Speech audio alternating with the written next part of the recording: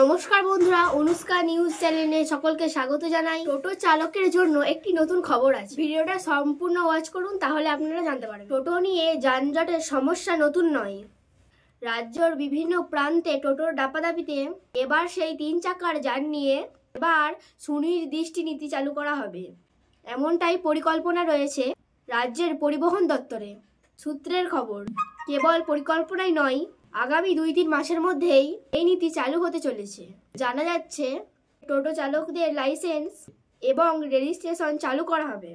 ব্যস্ত সময়ে শহর থেকে জেলায় জেলায় টোটো চলাচল নিয়ে অভিযোগ জমা পড়েছিল পরিবহন দপ্তরে। সেই অভিযোগ পাওয়ার পর নড়েচড়ে বসে পরিবহন দপ্তর। এমনিতেই জাতীয় সড়কে টোটো চলাচল নিষেধাজ্ঞা রয়েছে। এবার টোটো নিয়ে সুনির্দিষ্ট নীতি তৈরি করতে উদ্যোগী রাজ্য সরকার। সমস্ত পুরসভা এবং পুলিশ প্রশাসনের সঙ্গে আলোচনা করে চালু করা হতে চলেছে। চালকদের প্রশিক্ষণ, বিগত কিছু সময় অবৈধভাবে টোটো তৈরির অভিযোগ, বেশ কিছু লেদ কারখানা বন্ধ করা হয়েছে প্রশাসনের তরফ থেকে। এদিকে যেভাবে টোটোর সংখ্যা দিন দিন বেড়েই চলেছে, সেখানে দাঁড়িয়ে টোটোর ক্ষেত্রে নিয়ম নীতি আনা প্রয়োজন বলে মনে করছে পরিবহন দপ্তর। টোটোর জন্য সুনির্দিষ্ট রুট বেঁধে দেওয়া হবে এই নীতির আওতায়। এই নিয়ম চালু হলে উভয় পক্ষই সুবিধা পাবে।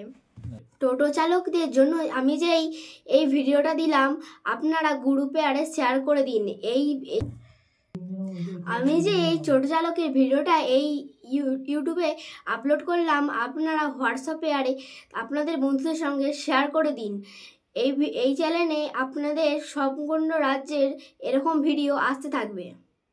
ভালো লাগলে লাইক করবেন এবং সাবস্ক্রাইব করবেন। ভালো লাগলে লাইক করবেন এবং সাবস্ক্রাইব করবেন। দেখো নিজে